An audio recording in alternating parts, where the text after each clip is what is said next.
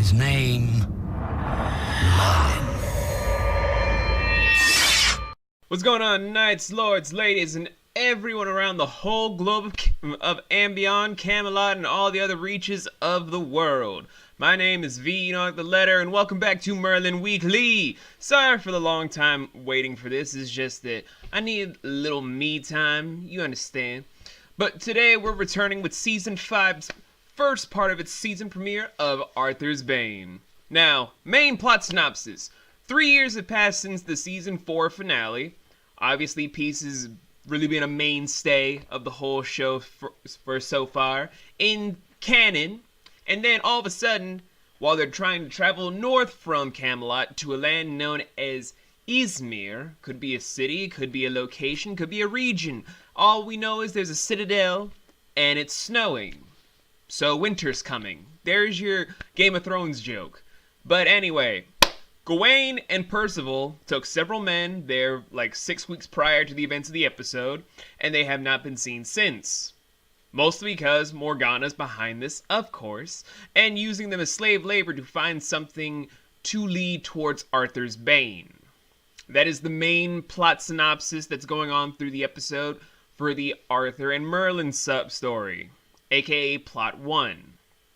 Sub-story B, Plot 2, is over Gwen trying to be more accustomed to being Queen of Camelot and whether or not she's going to use her power for good or for ill. Whether she's going to be a great queen or she's going to be a tyrannical ruler. That sort of thing is a dichotomy sort of thing of the pauper turned princess. It's kind of an interesting dichotomy to focus on for a narrative, and it was very well interesting to see both these storylines being implemented because, one, we didn't really see a lot of a promising future for a lot of people when Season 4 ended.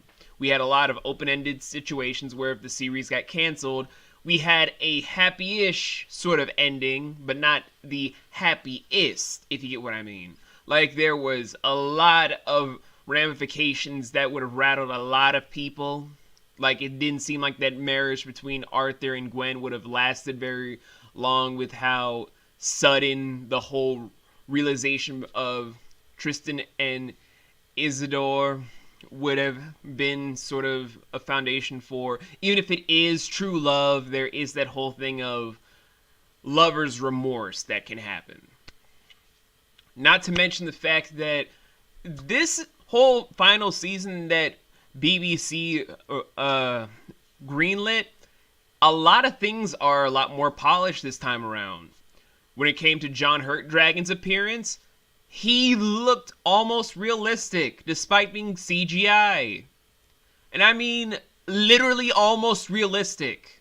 From the color palettes being so unmuted and less hard to differentiate between the backgrounds and the foreground to make it seem like he's actually there is kind of impressive. Not to mention the makeup team when it came down for everybody, including Gaius, who has never looked so fresh in his life. Everything was top-notch billing sort of things, where even the camera work was sublime. But I still saw some modern-day errors right there, like when the boots were being tossed towards Merlin when they were in a certain location. I saw a small little tag there that's probably from the props department. Nice try, guys. Nice try. But enough about all the praise stuff. Let me just go over how the first half is without spoiling too much here.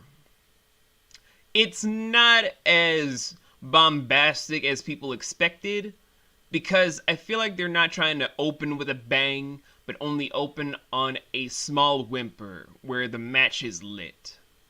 A lot of moving elements are happening, a lot of fantastical elements are being portrayed. That's normal laissez-faire for Merlin. But since this is slated to be the final series recorded on camera, this is kind of a step towards something more beautiful.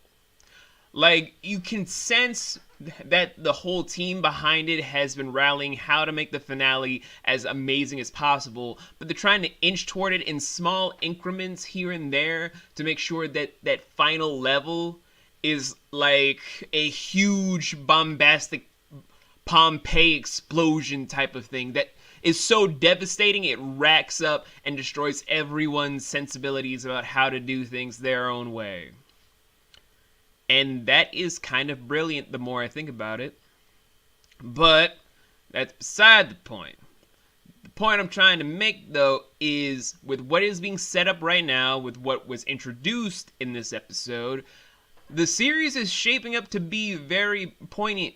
And this is kind of where my memory gets a little fuzzy about how the series plays out. I remember how it ends, but unlike the other 4 seasons, I don't remember the 5th season that well.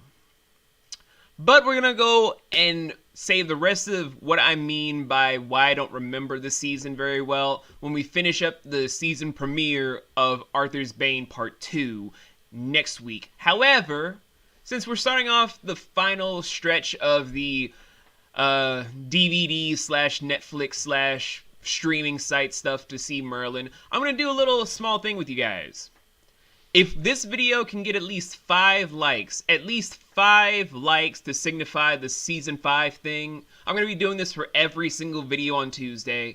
If we can just get 5 likes every Tuesday video, I'll try to release the next episode on Thursday. That way you guys get 2 Merlin weeklies every week if we just hit 5 likes. So if you guys really love seeing me just go over all this stuff, trying to track down all the things to be very intellectual with how I'm approaching this stuff, then yeah, 5 likes is the goal. Other than then, I'll see you guys next week if we don't reach the goal. If we do, I'll see you Thursday.